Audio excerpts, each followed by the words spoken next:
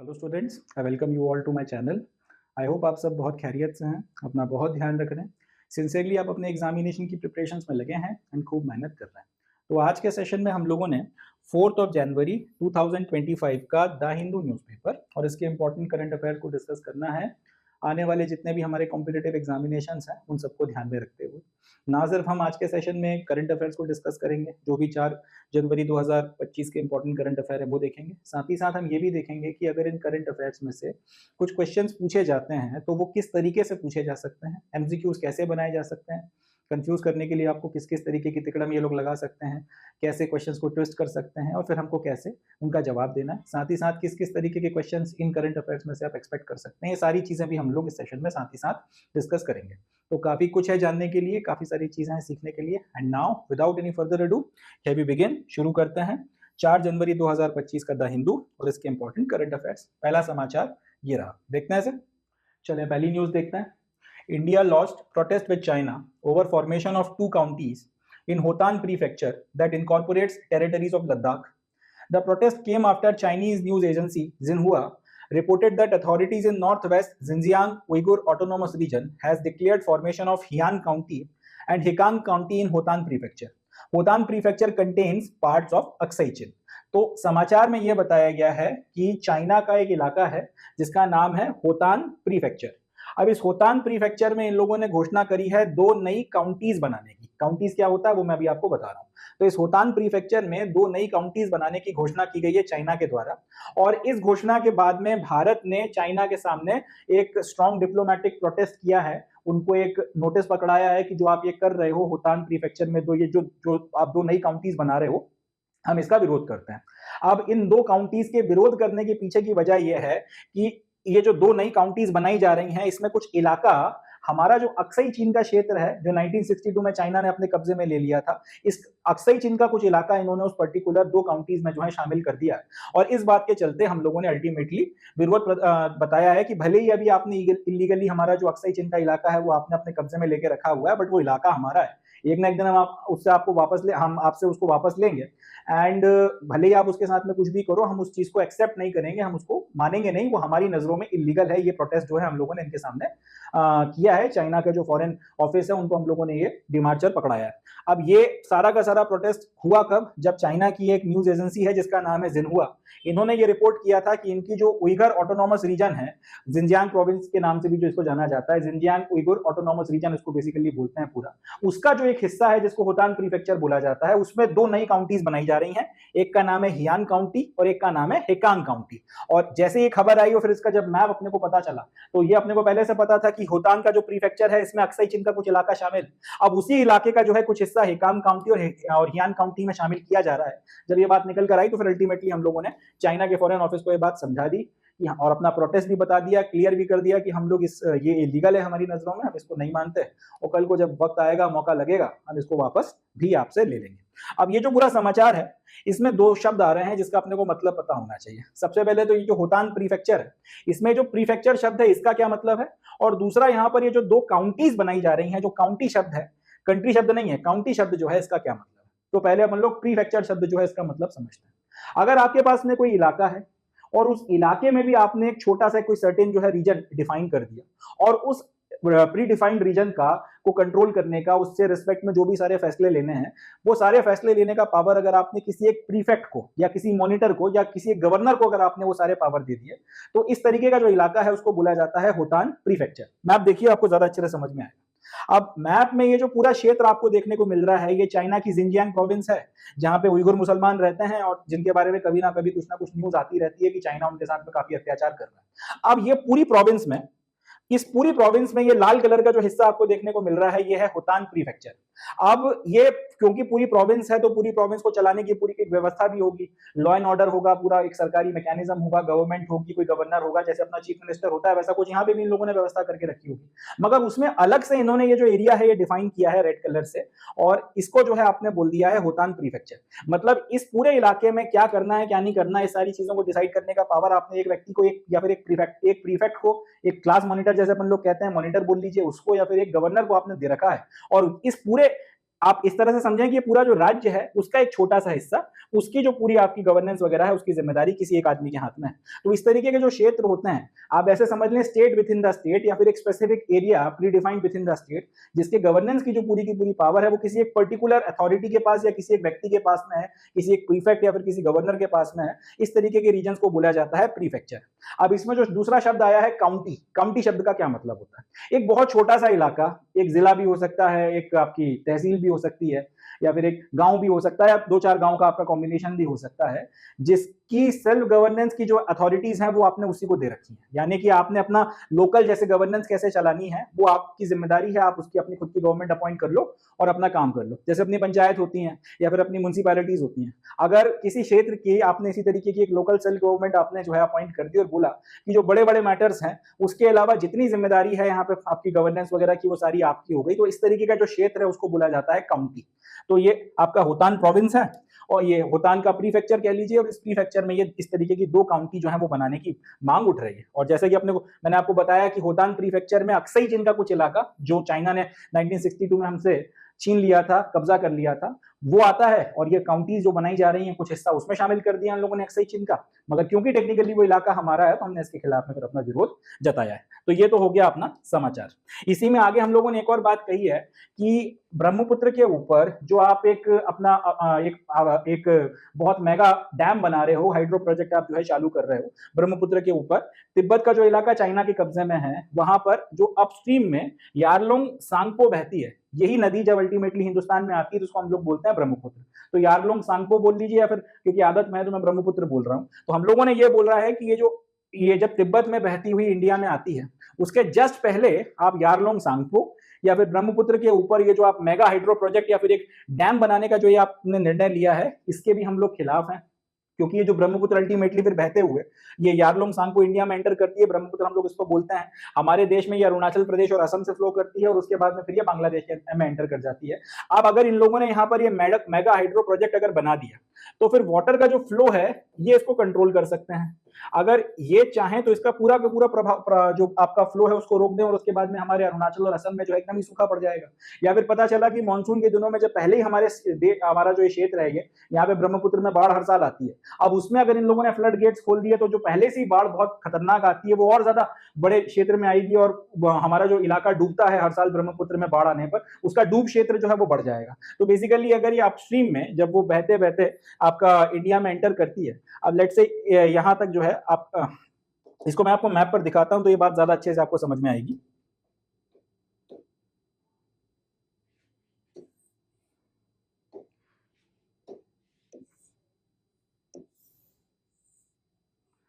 बस समझाने के पॉइंट से बता रहा हूं कि यहां कहीं से जो है आपका ब्रह्मपुत्र फ्लो करते हुए यारलोंग सांगपो के नाम से यूं आती है और इस तरह से एंटर करते हुए ये आपका बांग्लादेश में चली जाती है।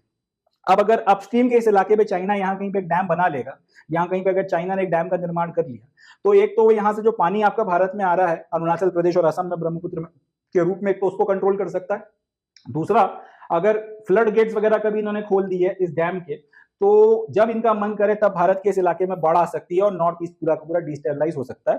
तो इस चीज के चलते हम लोगों ने इसका विरोध किया है, इस बात का भी कि ये जो यारलोंग सांगपो है जो भारत में अल्टीमेटली एंटर करने पर ब्रह्मपुत्र कहलाती है, इसके ऊपर जो आप ये मेगा हाइड्रो प्रोजेक्ट बना रहे हो हम लोग इसका भी विरोध करते हैं। हम एक्सपेक्ट करते हैं कि आप इसको ना बनाएं, और बना भी रहे हैं तो फिर अल्टीमेटली हमें बताएं कि क्या डिजाइन है, कैसा क्या है क्या नहीं, तो फिर अल्टीमेटली उसके ऊपर फिर जो है बातचीत अपनी आगे बढ़ सके। और बनाना चाहिए कि नहीं बनाना चाहिए इस पे आपका एक निर्णय जो है लिया जा सके, एंड किसी तरीके से फिर इस पर्टिकुलर डैम को लेकर आपके हमारे संबंध ना बिगड़े, किसी तरह से मैटर जो है अल्टीमेटली फिर 2020 के मिलिट्री स्टैंड ऑफ जैसा ना हो जाए, इस बात को भी जो है ध्यान अपने को रखना है। ये सारी बातें जो है इनको बता दी गई। तो ये तो हो गया अपना पूरा का पूरा समाचार। अब यहाँ से क्वेश्चन क्या क्या आएंगे। सबसे पहले तो ये पूछा जा सकता है कि ये जो होतान प्रीफेक्चर न्यूज में बना हुआ था ये कहां पर है, एक तो आप ये बताओ। तो अपने को याद रखना है होतान प्रीफेक्चर चाइना का पार्ट है, चाइना का जो उइगुर ऑटोनोमस रीजन है या फिर जिनजियांग प्रोविंस है उसका ये हिस्सा है। प्रीफेक्चर का मतलब क्या होता है? पॉलिटी में क्वेश्चन ये भी पूछा जा सकता है कि किसी इलाके को प्रीफेक्चर आप कब कहते हो, तो ये भी अपने को याद रखना है जब उसकी पूरी गवर्नेंस किसी एक प्रीफेक्ट या किसी एक आदमी या किसी गवर्नर के हाथ में दे दी जाती है। तीसरा ये पूछा जा सकता है कि होतांग प्रीफेक्चर जो न्यूज में है, इसकी क्या खास बात है, इसमें क्या इंपॉर्टेंट पॉइंट है? तो इसका जवाब हो जाएगा कि इलीगली इसमें अक्साई चीन का वो इलाका जो ईस्टर्न लद्दाख का पार्ट है, जो हमारा हिस्सा है, उसको जिसको 1962 में चाइना ने जीता था या कब्जे में करके रखा हुआ है अभी, उसका कुछ हिस्सा जो है उन्होंने इसमें या होतांग प्रीफेक्चर में शामिल इन्होंने कर रखा है। ये कुछ क्वेश्चन यहाँ से बनते हैं। एक क्वेश्चन ये बन सकता है कि आपका ये जो यारलुंग सांगपो है, ये किस नाम से जो है भारत में फ्लो करती है, या फिर ब्रह्मपुत्र जो इंडिया में फ्लो करती है, इसका ये जब तिब्बत में पूरा रास्ता आपका फ्लो करती हुई आगे आती है तो इसको किस नाम से जाना जाता है? तो अपने को याद रखना है यारलुंग सांगपो के नाम से। एक क्वेश्चन और बनता है कि ब्रह्मपुत्र जो है वो भारत में किन राज्यों से बहती है? ध्यान रखना है अरुणाचल से बहती है, असम से बहती है, और उसके बाद में फिर वो बांग्लादेश में चली जाती है। चले, that's it from this news. आगे बढ़ते हैं, नेक्स्ट न्यूज देखते हैं। चले नेक्स्ट न्यूज देखते हैं। अगले समाचार में अब हमको HMPV वायरस के बारे में यूनियन आपकी जो हेल्थ मिनिस्ट्री है उन्होंने एक स्टेटमेंट दिया है, उसको डिस्कस करना है, और HMPV वायरस के बारे में थोड़ी सी बातचीत हम लोग इस न्यूज में करेंगे। तो समाचार यह है, union health ministry has said that they are monitoring the situation of outbreak of human metapneumo virus HMPV in China. तो चाइना में अभी जो रिसेंटली ह्यूमन मेटान्यूमो वायरस या फिर HMPV वायरस का एक तगड़ा आउटब्रेक आ रखा है, इसका पूरा का पूरा जो आपका मॉनिटरिंग है वो आपकी यूनियन हेल्थ मिनिस्ट्री कर रही है। ये स्टेटमेंट देने के पीछे की वजह है, चाइना में इसके पहले कोविड-19 का आउटब्रेक हुआ था और उसने पूरे दुनिया में, ना सिर्फ हमारे देश में बल्कि पूरी दुनिया में जो है तबाही मचाई थी। इंडिया की अगर अपन लोग स्पेसिफिक बातें करें तो कई लाख लोगों की मौतें हुई हैं। पूरे के पूरे देश को जो है वैक्सीनेशन वगैरह आपको करवाने पड़े, लॉकडाउन लगे, इकोनॉमी बैठ गई। तो फिर वैसी स्थिति ना बन जाए, और अगर वैसा कुछ स्थिति बनती है तो उसके लिए हम लोग पहले से बेहतर स्थिति में हों, अच्छे से प्रिपेयर्ड हों, इस बात को ध्यान में रखते हुए, कोई डर वर ना बैठे लोगों के मन में, क्योंकि काफी कोविड के वक्त में काफी इश्यूज हो चुके हैं। तो उसको ध्यान में रखते हुए जैसी ही खबर उठी कि चाइना में HMPV वायरस का आउटब्रेक हो रहा है, तो अपन लोगों ने स्टेटमेंट दिया है कि हम लोग इसको ध्यान रखते हुए वहां पे किस तरह से चीजें आगे बढ़ रही हैं देख रहे हैं, और कल को अगर इंडिया में फिर अगर ये आउटब्रेक पहुंचता है तो उसको हम लोग ध्यान में रखते हुए जो भी अपनी पॉलिसी वगैरह बनाना है वो बनाने के लिए अच्छी स्थिति में है, बेहतर परिस्थिति में हम लोग हैं। तो ये स्टेटमेंट जो है दिया गया है। Currently, China is experiencing a surge in HMPV case, particularly in children below 14 years of age. Symptoms include cough, fever, shortness of breath, potential complications like bronchitis and pneumonia. तो रिसेंटली अभी HMPV virus जो है इसका एकदम से बहुत तेजी से चाइना में सर्ज आया है। खासतौर पे 14 साल या 14 साल से जो छोटे बच्चे हैं, छोटे बच्चों में बहुत ज्यादा केसेस देखने को मिल रहे हैं और बहुत तेजी से जो है ये फैल रहा है। ज्यादातर जो सिम्टम्स हैं कि आपको खूब कफ बन रहा है, खूब खांसी आ रही है, दूसरा फीवर आ रहा है, तीसरा आपको सांस लेने में दिक्कत हो रही है। और ये सिम्टम ही एकमात्र ऐसा सिम्टम है जिसके चलते लोगों के मन में जो है नर्वसनेस बढ़ रही है, क्योंकि कोविड में भी यही हुआ था। कोविड का जो वायरस था उसके चलते आपका जो पूरा का पूरा रेस्पिरेटरी सिस्टम है वो बैठ जा रहा था, फेफड़ों के ऊपर वो वायरस अटैक कर रहा था, एंड सेकेंड वेव में और ज्यादा जो है वो खतरनाक और घातक बनकर म्यूटेशन उसका आया था। तो ये जो शॉर्टनेस ऑफ ब्रेथ की शिकायत हो रही है, इस बात के चलते लोगों के जो है कान खड़े हो गए। तो तीसरा कारण यह है, और चौथा ब्रोंचाइटिस या फिर न्यूमोनिया जैसे कॉम्प्लिकेशंस भी जो है HMPV वायरस के चलते बन रहे हैं। तो ये 4-5 फैक्टर्स हैं इसके जिसके चलते जो है ये काफी ज्यादा वहां पे लोगों को प्रभावित कर रहा है। हालांकि एक इंटरेस्टिंग पॉइंट ये है यहाँ पर, जो आपका director general of health service है उन्होंने एक बात कही है कि HMPV is like any other respiratory virus that causes symptoms mostly in elders and childrens. It was discovered in 2001। तो इनका कहना यह है कि HMPV जो दूसरे आपके रेस्पिरेटरी वायरस हैं उन्हीं की तरह है, जिसके चलते आपको वही सारी समस्याएं होती हैं जो किसी रेस्पिरेटरी वायरस के चलते होनी चाहिए। बहुत ज्यादा ऐसी कोई आपको पैनिक करने की जरूरत नहीं है। एंड सबसे इंपॉर्टेंट पॉइंट कि HMPV कोई ऐसा वायरस नहीं है कोविड की तरह जिसके बारे में हमको कुछ पता ही नहीं थे। ये HMPV का जो वायरस है इसको 2001 में डिस्कवर किया गया था। इसके पहले भी आउटब्रेक्स हो चुके हैं, ऐसा नहीं है कि पहला आउटब्रेक है। थोड़ा ज्यादा फैल रहा है वो एक अलग बात है, बट ऐसा नहीं है कि इसका पहला आउटब्रेक है। 2001 से 2011, 2011 से 2021 और 2025 में अपन लोग चल रहे हैं। तो 24 साल से अपन लोग इस वायरस के बारे में जानते हैं। अकॉर्डिंगली इसकी मेडिसिन भी बनी हुई है, इसके सिम्टम्स भी पता है, प्रिवेंशन भी पता है, प्रिकॉशंस भी पता है। तो ये नहीं है कि कोविड वाली स्थिति बन जाएगी कि अपने को जाते पता ही नहीं है और वायरस से मौतें हुए चली जा रही हैं और अफरा तफरी का माहौल है। तो डायरेक्टर जनरल जो है आपकी हेल्थ सर्विस ने इस बात को भी हाईलाइट किया है, परेशान होने की जरूरत नहीं है। बुजुर्गों में भी होता है, बच्चों को भी इंपैक्ट करता है, इसके सिम्टम्स भी आपको जो है लगभग पता है कि किस तरीके के हैं, दूसरे रेस्पिरेटरी वायरस की तरह ही है। मगर इसके बारे में अपने को पहले से नॉलेज है, तो पैनिक करने की जरूरत नहीं है, कोविड जैसा माहौल बनाने की जरूरत नहीं है। ये बात जो है यहाँ पर आपके director general of health service के द्वारा कही गई है। अब ये तो हो गया अपना समाचार, ठीक है जी, ये अपनी पूरी न्यूज हो गई। अब यहाँ से क्वेश्चंस क्या क्या बनेंगे? पहला क्वेश्चन तो ये बनेगा कि ये जो HMPV वायरस है इसका फुल फॉर्म क्या है। ये जितने भी डे 1 के एग्जाम है, स्पेसिफिकली रेलवे वगैरह में पूछा जा सकता है कि HMPV वायरस जो है इसका फुल फॉर्म क्या है। तो अपने को याद रखना है ह्यूमन मेटान्यूमो वायरस। किस तरीके का वायरस है? रेस्पिरेटरी वायरस है। जनरली किनको इंपैक्ट करता है? बुजुर्गों को और बच्चों को जो है ये इंपैक्ट करता है। कॉमन सिम्टम्स क्या क्या है इसके? कफ है, फीवर है, शॉर्टनेस ऑफ ब्रेथ है और ब्रोंचाइटिस और न्यूमोनिया जैसे कॉम्प्लिकेशंस भी जो है इसके चलते हो सकते हैं। तीसरा, इसको डिस्कवर कब किया गया था? जवाब हो जाएगा 2001। एंड लास्टली कि रिसेंटली एचएमपीवी वायरस का आउटब्रेक अपने को किस देश में देखने के लिए मिल रहा है? जवाब हो जाएगा चाइना में देखने के लिए मिल रहा है। अब ये जो चारों पांचों सवाल जो इस न्यूज से बनकर तैयार होते हैं, जो वन डे के एग्जामिनेशंस हैं, ये बात को समझिएगा, वन डे के जो एग्जाम्स हैं जिसमें रेलवे, एसएससी और इस तरीके के दूसरे एग्जाम्स आते हैं, उसमें इस पर्टिकुलर न्यूज में सवाल आने की संभावना है, तो अपने को उसके हिसाब से इसको तैयार करना है। चले नेक्स्ट न्यूज देखते हैं। चले नेक्स्ट न्यूज देखते हैं। अगला समाचार है कि French aircraft carrier FNS Charles de Gaulle will visit Goa and Kochi in next few days during its deployment in Indian Ocean. It operates Rafale marine fighter jets, 26 of which we are going to procure in coming days after deal finalizes. तो समाचार ये है कि France का जो aircraft carrier है जिसका नाम है एफएनएस चार्ल्स डी गॉल, यहाँ पे जो एफएनएस है इसका फुल फॉर्म है फ्रेंच नेवल शिप। जैसे हमारी इंडियन नेवी की जो शिप्स हैं उनके आगे लिखा रहता है आईएनएस, जैसे आईएनएस विक्रांत हो गया, आईएनएस आपका आईएनएस कोलकाता हो गया, आईएनएस विक्रमादित्य हो गया, इस तरीके से। तो यहाँ पर आईएनएस का फुल फॉर्म होता है इंडियन नेवल शिप। उसी तरीके से फ्रेंच नेवल शिप को बताने के लिए एफएनएस लिखा जाता है। तो French aircraft carrier FNS Charles de Gaulle जो है आने वाले दिनों में इंडिया की यात्रा पे आने वाला है। इसको बेसिकली इंडियन ओशियन में डिप्लॉय किया गया है फ्रांस के द्वारा। तो अपनी इंडियन ओशियन के डिप्लॉयमेंट में वो इंडिया की यात्रा करेगा। सबसे पहले ये गोवा पे जाएगा और गोवा में कुछ दिन बिताने के बाद में फिर कोची में भी जो है ये अपना एक स्टॉपेज लेने वाला है। अब इस एयरक्राफ्ट का आना इंडियन ओशियन में या फिर गोवा की विजिट करना, कोची की विजिट करना हमारे लिए इसलिए इंपॉर्टेंट है क्योंकि आपका चार्ल्स डी गॉल के ऊपर फ्रांस वाले राफेल मरीन फाइटर जेट्स को ऑपरेट करते हैं। एयरक्राफ्ट कैरियर्स की खासियत यही होती है कि इनके ऊपर जो है आप अपने फाइटर जेट्स को जो है लेकर चल सकते हो। चार्ल्स डी गॉल की खासियत यह है कि जो आपका इसके ऊपर ये लोग फ्रांस वाले जो हैं राफेल मरीन फाइटर जेट्स जो है इनको ऑपरेट करते हैं। और क्योंकि हम लोग भी अपने जो आईएनएस विक्रांत और विक्रमादित्य हैं इसके लिए फ्रेंच आपकी जो फ्रेंच गवर्नमेंट है उसके साथ में राफेल मरीन फाइटर जेट्स को लेकर अभी एक डील साइन करने वाले हैं जिसके तहत में हम लोग 26 इस तरीके के राफेल मरीन फाइटर जेट्स खरीदने वाले हैं। तो जब ये चार्ल्स डी गॉल आएगा और जब हम लोग देखेंगे कि किस तरीके से ये लोग राफेल मरीन फाइटर जेट्स को अपने एयरक्राफ्ट कैरियर के ऊपर यूज करते हैं, क्या क्या टैक्टिक्स लगाई जाती हैं, ऑपरेशनल फिजिबिलिटी क्या है, ये सारी चीजें, तो कल को जब हम लोग ये 26 मरीन फाइटर जेट खरीदकर इसको अपने एयरक्राफ्ट कैरियर्स के ऊपर रखेंगे तो हमारे लिए काफी ज्यादा जो है ये अनुभव काम आएगा। एक तो ये बात हो गई। दूसरा ये है कि इतने बड़े देश का एक इतनी इंपॉर्टेंट जो है आपका यूरोपियन पावर का एयरक्राफ्ट कैरियर भारत में आना और उसका फिर हमारे यहाँ पे 2 अलग अलग पोर्ट्स पे लंबे लंबे वक्त तक जो है स्टॉपेज लेना, ये भी एक इंडिकेशन है इस बात का कि इंडिया और फ्रांस के बीच में इंडियन ओशियन में अगर हम लोग इन जनरल बात करें और ओवरऑल भी अगर आप बात करें तो कितनी ज्यादा जो है डिफेंस कोऑपरेशंस वगैरह बढ़ रहे हैं। दोनों देशों के बीच में आपस में जो रक्षा से रिलेटेड संबंध है वो कितना ज्यादा इंप्रूव होते चले जा रहे हैं, ये बात अपने को यहाँ पे समझ में आती है। ये इसकी फोटोग्राफ देख लीजिए चार्ल्स डी गॉल की। तो ये फाइट इनका जो है एयरक्राफ्ट कैरियर है और इसके ऊपर से ये लोग जो है आपके ये जो अगर आपको दिख रहे हो, थोड़ा बड़ा कर देता हूं तो क्लियर दिखेंगे। ये जो आपको जेट्स दिख रहे हैं ये राफेल मरीन फाइटर जेट्स हैं। ये अपन लोग भी जो है यूज करने वाले हैं बहुत जल्दी हम लोग भी जो है इनको अपने एयरक्राफ्ट कैरियर्स के ऊपर डिप्लॉय करेंगे। चले अच्छा, एक चीज और कि इंडिया और फ्रांस के बीच में जैसा कि मैंने आपको बताया कि क्योंकि काफी ज्यादा जो है अब डिफेंस कोऑपरेशन होने लगा है तो फ्रांस के साथ में हम लोग जो मिलिट्री एक्सरसाइजेस करते हैं वो तीनों विंग्स की करते हैं। आर्मी की भी अपनी मिलिट्री एक्सरसाइजेस होती हैं, नेवी की भी होती हैं और एयरफोर्स की भी होती हैं।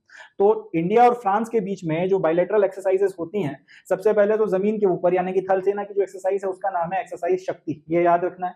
दूसरा जो समुद्र में एक्सरसाइज होती है उसका नाम है एक्सरसाइज वरुण और तीसरा जो एयर में होती है उसका नाम है एक्सरसाइज गरुड़। ये ध्यान रखना है, शक्ति, वरुण और गरुड़ जो आपकी मिलिट्री एक्सरसाइजेस हैं वो हम लोग किसके साथ में करते हैं? वो फ्रांस के साथ में करते हैं। ये अपने को ध्यान रखना है, ये भी एक इंपॉर्टेंट पॉइंट है, यहाँ से अपने को एक क्वेश्चन बन सकता है। During stopover the Galle and Indian navy ships will take part in 42nd edition of exercise Varuna. तो अभी जो सी एक्सरसाइज जो है वो इंडिया और फ्रांस के बीच में होगी। जब ये चार्ल्स डी गॉल आपका इंडिया में आ जाएगा तो इनके साथ में फिर मिलकर हम लोग अपनी नेवल एक्सरसाइज करेंगे, उसका 42nd एडिशन जो है करवाया जाएगा और इस एक्सरसाइज का नाम क्या रहने वाला है? Varun. Its aim will be to develop interoperability between the two navies and to prepare crews for multi-front threats, air, water and land. अब इस तरीके की एक्सरसाइजेस ऑब्वियसली इसीलिए करवाई जाती हैं कि जो भी दो आपके मित्र देश हैं उनको एक दूसरे की जो ऑपरेशन का तरीका जो है वो समझ में आए और कल को अगर साथ में मिलकर किसी फ्रंट पे जाके आपको लड़ना पड़ जाए तो आप एक दूसरे के साथ में ऑपरेट कर सकें। ये इंपॉर्टेंट बात है। इसको आप ऐसे समझिए कि अगर आप एक सर्टेन तरीके के जो है गाड़ी को ऑपरेट करते हैं, और एक दूसरा आदमी जो है वो दूसरे तरीके की या दूसरी आपकी किसी कंपनी की गाड़ी को चलाता है। अब आपने अपनी गाड़ी को अपने हिसाब से कस्टमाइज करवा रखा है, उसने अपने हिसाब से अपनी गाड़ी को कस्टमाइज करवा रखा है। कल को अगर एकदम से इमरजेंसी पड़ गई और आपको उसकी कार ड्राइव करना पड़ जाए, या आपको या उसको जो है आपकी कार ड्राइव करना पड़ जाए, तो ऐसे में एक दूसरे की गाड़ियों का कुछ तो अंदाजा होना जरूरी है। तो बेसिकली वही चीज यहाँ पे की जा रही है कि सबके अपने अपने सोफिस्टिकेटेड वेपन्स होते हैं, सबकी अपनी टेक्निक्स होती हैं, ऑपरेशन का तरीका होता है, उसकी कुछ मिनिमम जानकारी एक दूसरे की थोड़ा बहुत होना चाहिए कि कल को अगर साथ में मिलकर कहीं पर लड़ना पड़ जाए, कहीं ऑपरेशन वगैरह करना पड़ जाए, बचाव या राहत का कार्य करना पड़ जाए, तो एक दूसरे के साथ में आप लोग जो है ढंग से ऑपरेट कर सकें, तो इंटर ऑपरेटिबिलिटी जो है उसमें किसी तरीके की कोई दिक्कत ना है। तो इन सारी बातों को ध्यान में रखते हुए ये एक्सरसाइजेस वगैरह बहुत ज्यादा इंपॉर्टेंट है, और अगर 42nd एडिशन इस एक्सरसाइज का हो रहा है तो जाहिर सी बात है फिर ये अपने आप में जो है बताती भी है कि इंडिया और फ्रांस जो है एक दूसरे के साथ में कितना गहरे में और कितना लंबे वक्त से जो है डिफेंस कॉपरेशन में लगे हुए हैं। ये भी बात जो है अपने को यहाँ पे समझ में आती है। चले, तो ये जो समाचार है, अब यहाँ से जो क्वेश्चंस बनेंगे, सबसे पहला तो ये कि जो चार्ल्स डिगॉल है या एयरक्राफ्ट कैरियर चार्ल्स डिगॉल किस देश को बिलोंग करता है? जवाब हो जाएगा फ्रांस को बिलोंग करता है। दूसरी बात, ये रिसेंटली जो एफएनएस या फिर French naval ship Charles de Gaulle जो एयरक्राफ्ट कैरियर इंडिया में आया था, ये कहाँ कहाँ रुका था? इसके जवाब हो जाएंगे पहले गोवा में और दूसरा कोची में। तीसरा, इसने कौन सी एक्सरसाइज में पार्टिसिपेट किया? तो हमको याद रखना पड़ेगा वरुण एक्सरसाइज में इसने पार्टिसिपेट किया। खास बात क्या है, राफेल के मरीन फाइटर जेट से ऑपरेट करता है, जो हम लोग बहुत जल्दी प्रोक्योर फ्रांस से करने वाले हैं। नेक्स्ट यहाँ पे जो क्वेश्चंस बनेंगे, इंडिया और फ्रांस के बीच में जो मिलिट्री एक्सरसाइजेज होती है वो कौन कौन सी है? तो याद रखना है आर्मी टू आर्मी या जमीन पे होने वाली शक्ति, समुद्र में वरुण, और तीसरा जो एयर एक्सरसाइजेज होती हैं उसको बोला जाता है गरुड़। ये कुछ अपने कुछ पॉइंट्स हैं जिसको हमको याद रखना है। एंड लास्ट की इंडिया और फ्रांस के बीच में भी एक्सरसाइज वरुण हुई है, उसका कौन सा एडिशन जो था अभी उसको करवाया गया है? तो जवाब हो जाएगा 42nd एडिशन जो है उसको करवा के खत्म किया गया। चले, that's it from this news. इससे ज्यादा यहाँ से और कुछ नहीं बनता। एंड फिर इट गोज विदाउट सेइंग कि वन डे के जितने एग्जामिनेशन है उसके पॉइंट ऑफ व्यू से न्यूज काम की है, तो उस हिसाब से अपने उसको प्रिपेयर करना है। चले नेक्स्ट न्यूज देखते हैं। चले नेक्स्ट न्यूज देखते हैं। वंदे भारत स्लीपर ट्रेन, समाचार यह है कि it has achieved peak 180 km per hour speed during trials. Once trials are complete, it will be evaluated by Railway Safety Commissioner at maximum speed. Then it will be officially certified to be inducted into Indian Railways. मतलब ये कि जो वंदे भारत की अपनी sleeper train है, जिसको लेके काफी वक्त से ये अटकलें लगाई जा रही हैं कि बहुत जल्दी ये वंदे भारत की जो स्लीपर ट्रेन है ये भी अब चलना शुरू हो जाएगी। तो ये वंदे भारत की स्लीपर ट्रेन बन चुकी है, बनकर तैयार है, और इसके ट्रायल्स वगैरह चल रहे हैं। इसकी जो टॉप स्पीड है वो रखी गई है 180 किलोमीटर प्रति घंटे की। तो समाचार ये है कि 180 किलोमीटर पर आवर की जो इसकी स्पीड है, इसके ऊपर इसकी टेस्टिंग कर ली गई है, इसके ट्रायल्स वगैरह जो हैं सारे कर लिए गए, और 180 की स्पीड पर ये जिस तरह से चलना चाहिए, जिस तरीके का इसका बिहेवियर होना चाहिए, वो सारी की सारी चीजें जो है सही पाई गई हैं, एकदम फिट एंड फाइन है और बढ़िया तरीके से काम कर रही है। तो कुल मिलाकर जितने मैक्सिमम ट्रायल्स वगैरह इसके होने थे वंदे भारत की स्लीपर ट्रेन के, वो सारे ट्रायल्स इस स्पीड टेस्ट के साथ में फाइनली खत्म हो गए। अब एक दो जो भी आपकी स्पीड के और फर्दर जो 2-4 सेफ्टी ट्रायल्स वगैरह होने हैं, एक दो बार और उनको रिपीट करवाया जाएगा, और जब वो खत्म हो जाएंगे उसके बाद में फिर रेलवे का एक सेफ्टी कमिश्नर होता है, ये मैक्सिमम स्पीड के ऊपर इसका इवैल्यूएशन करेगा। अभी तो जितने भी ट्रायल्स वगैरह हो रहे हैं वो तो सारे किए जा रहे हैं इंजीनियरिंग की जो आपकी टेक्निकल टीम है उनके द्वारा। ये सारे ट्रायल्स कर चुकने के बाद में रेलवे का सेफ्टी कमिश्नर भी जो है इसका मैक्सिमम स्पीड के ऊपर या टॉप स्पीड के ऊपर इसके सारे जो आपके परफॉर्मेंस पैरामीटर्स होते हैं उनका इवैल्यूएशन करता है, और इवैल्यूएशन करने के बाद साथ ही साथ वो ये भी देखता है कि भाई अगर कल को कोई अनहोनी होती है, कुछ इस तरीके की घटना घट जाती है तो कितना डैमेज हो सकता है, या फिर चलते वक्त में कोई इस तरीके की परिस्थिति तो नहीं बन रही है जिसके चलते कोई एक्सीडेंट हो जाए, कोई और गड़बड़ निकल कर आ जाए। ये भी एक डिटेल्ड आपका जो है इवैल्यूएशन किया जाएगा, और एक बार जब railway safety commissioner maximum speed के ऊपर इसका इवैल्यूएशन कर इसको ओके कर देता है, एक बार इसकी तरफ से गो अहेड मिल गया फाइनली, उसके बाद में जो है ऑफिशियली फिर इसको इंडियन रेलवे में इंडक्ट किया जाएगा, एंड तब जो है इसको फिर लॉन्च कर फाइनली भारतीय रेलवे जो है उसको चलाना शुरू करेगी। बहुत खूबसूरत ट्रेन है, बहुत प्यारी ट्रेन है, और जैसे ये लॉन्च होती है, जैसे ही फाइनली इसका ऑपरेशन इंडियन रेलवे शुरू करता है, नो डाउट इसके चलते आपका जो ट्रैवलिंग एक्सपीरियंस है वो थोड़ा सा इंप्रूव हो जाएगा। कस्टमर्स वगैरह जितने भी आपके ट्रैवलर्स हैं इंडियन रेलवे के, वो इस पर्टिकुलर ट्रेन में यात्रा कर जरूर सेटिस्फाई होंगे। शताब्दी वगैरह की जो अच्छी फैसिलिटीज हैं, उससे ज्यादा बेहतर सुविधाएं, उससे ज्यादा बढ़िया इंफ्रास्ट्रक्चर,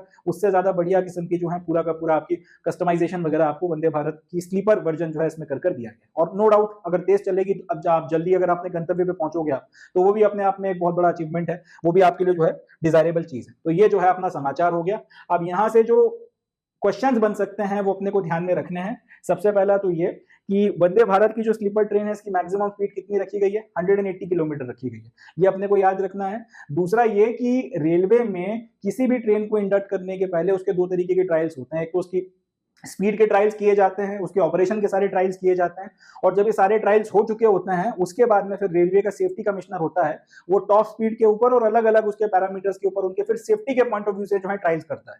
जो उसके पहले जो आपकी जो टेक्निकल ट्रायल्स होते हैं उसमें तो ये देखा जाता है कि चल रही है कि नहीं चल रही है, चल रही है तो कितना अच्छे से चल रही है, अच्छे से चल रही है और उसके बाकी सारे परफॉर्मेंस वगैरह के पैरामीटर ठीक है या नहीं, सारी चीजें देख ली जाती हैं। ये जब हो गया उसके बाद में सेफ्टी के पॉइंट ऑफ व्यू से कि भाई जब चल रही है तो फिर कोई खतरा तो नहीं है, कोई एक्सीडेंट वगैरह होने के चांसेस तो नहीं है, अगर हो गया तो फिर उस केस में कितना डैमेज होगा, लोगों को कितनी जान माल की क्षति हो सकती है, इन सारी चीजों का फिर जो है असेसमेंट वगैरह किया जाता है। और उसके बाद में जो है किसी भी ट्रेन को ओके करने के बाद में रेलवे अपनी सर्विसेज में इंडक्ट करती है। ये अपने को एक ध्यान रखना है, इस बात का अपने को पता होना चाहिए। चले, that's it from this news, आगे बढ़ते हैं, नेक्स्ट न्यूज देखते हैं।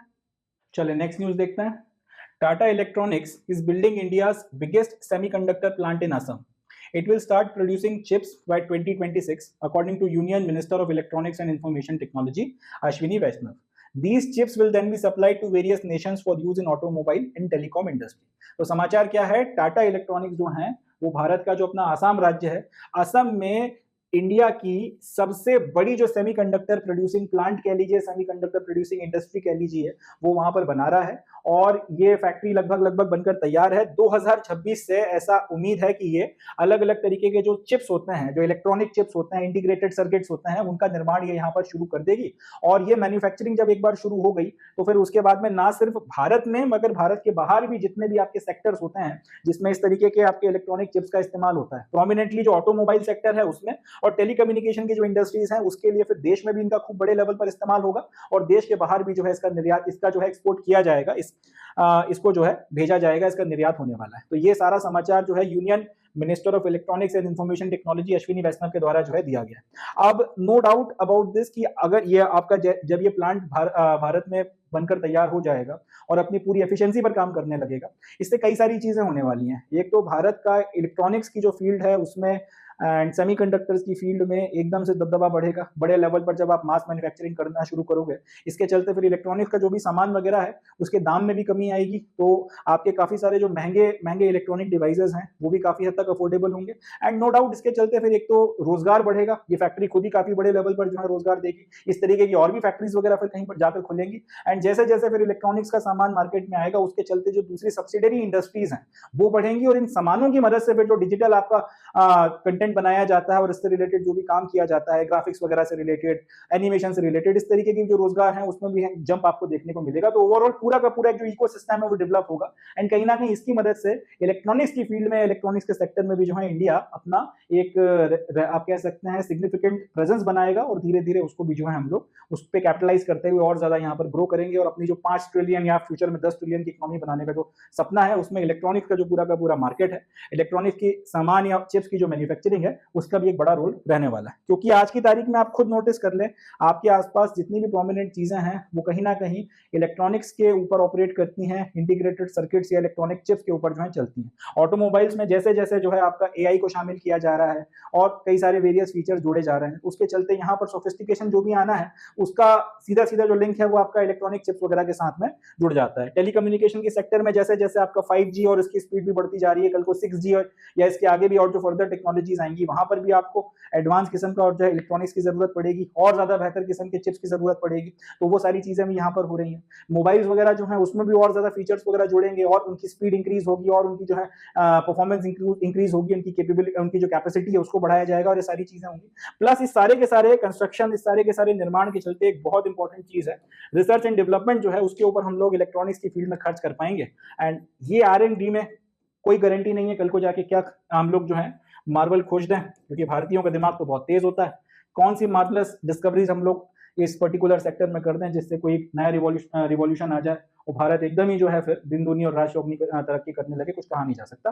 तो ये भी एक इंपॉर्टेंट खबर है, ये अपने को ध्यान रखनी है। अब यहाँ पे क्वेश्चन पूछा जा सकता है कि आपका जो भारत की जो सबसे बड़ी आपकी जो इलेक्ट्रॉनिक चिप्स या फिर सेमीकंडक्टर चिप्स बनाने वाली फैक्ट्री है वो कहाँ पे है या फिर कहाँ पर उसका निर्माण किया जा रहा है, जवाब हो जाएगा असम में।